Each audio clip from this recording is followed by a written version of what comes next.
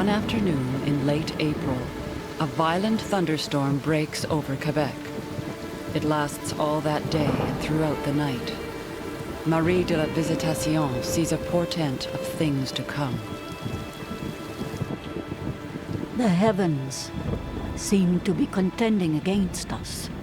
The thunder, the lightning, very rare during this season, seem to be a forerunner of the shock to which our troops would be exposed. 4,000 of Lévis' soldiers are approaching Quebec, determined to retake the city.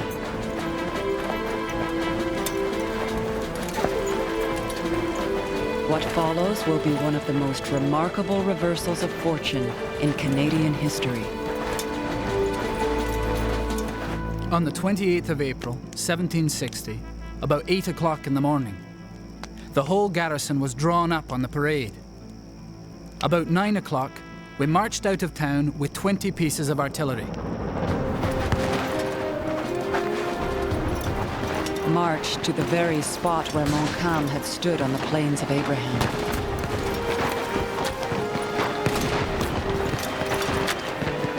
Like Montcalm, General James Murray advances down the hill toward the enemy. Within minutes, his cannon bogged down in the wet snow.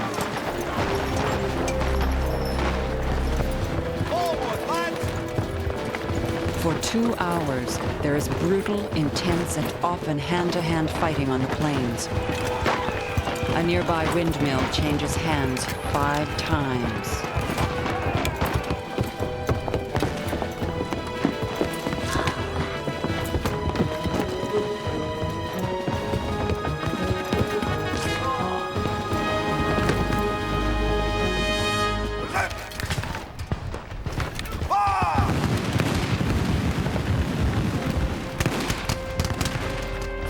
Turns in favor of the French.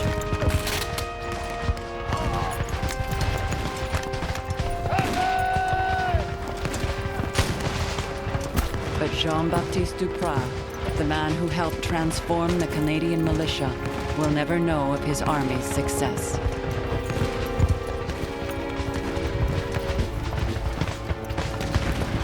The verdict of the Plains of Abraham, with the same armies on the same field, has been reversed.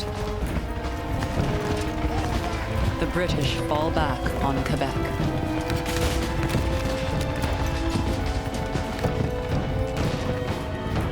The intrepidity and the valor of the Canadians and of the French drove the enemy from their strong position. We remained masters of the field, of the cannon, and took many prisoners. The enemy retreated within the walls and dared not venture forth again. For Canadians, there is new hope that Canada can be regained.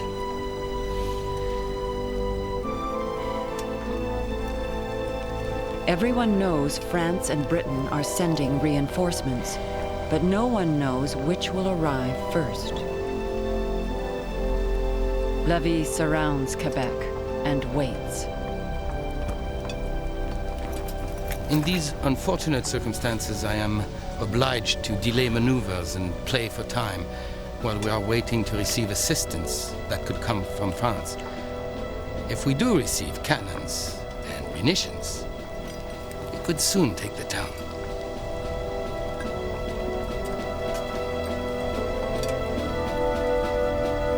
"11 days later, a ship of war appears.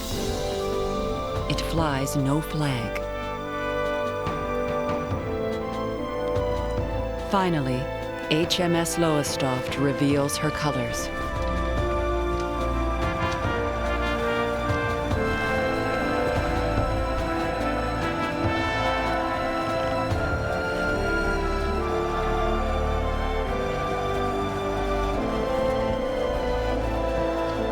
The gladness of our troops is not to be expressed.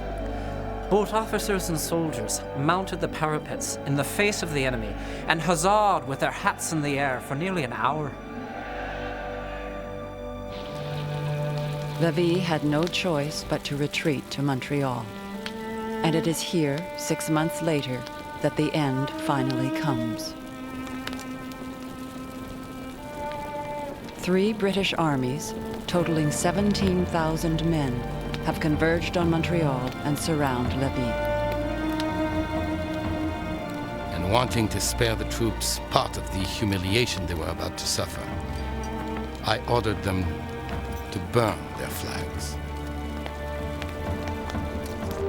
so they could escape the difficult task of handing them over to the enemy.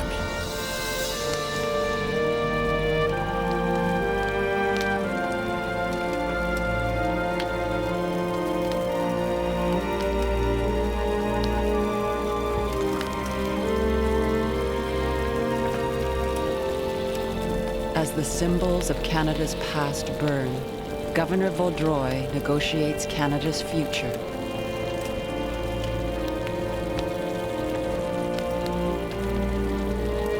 Before surrendering to the British commander, he obtains an extraordinary and enduring concession.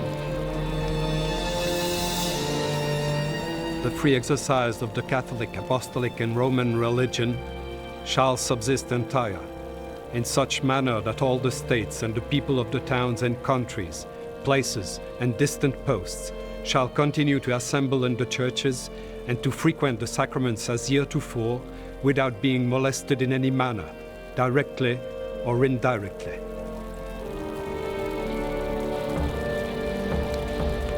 The unthinkable has happened. An English Protestant king receives 65,000 French Catholic subjects.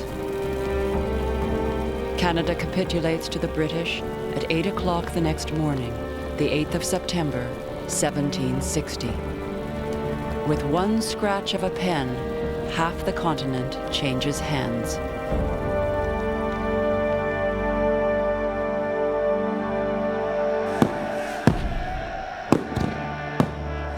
In the American colonies, there is mass jubilation. For Benjamin Franklin, the future is clear and bright. No one can rejoice more sincerely than I do on the reduction of Canada.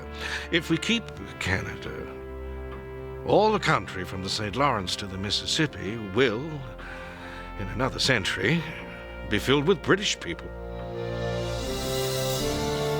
Benjamin Franklin thinks the battle for the continent is won, but remarkable events will prove him wrong.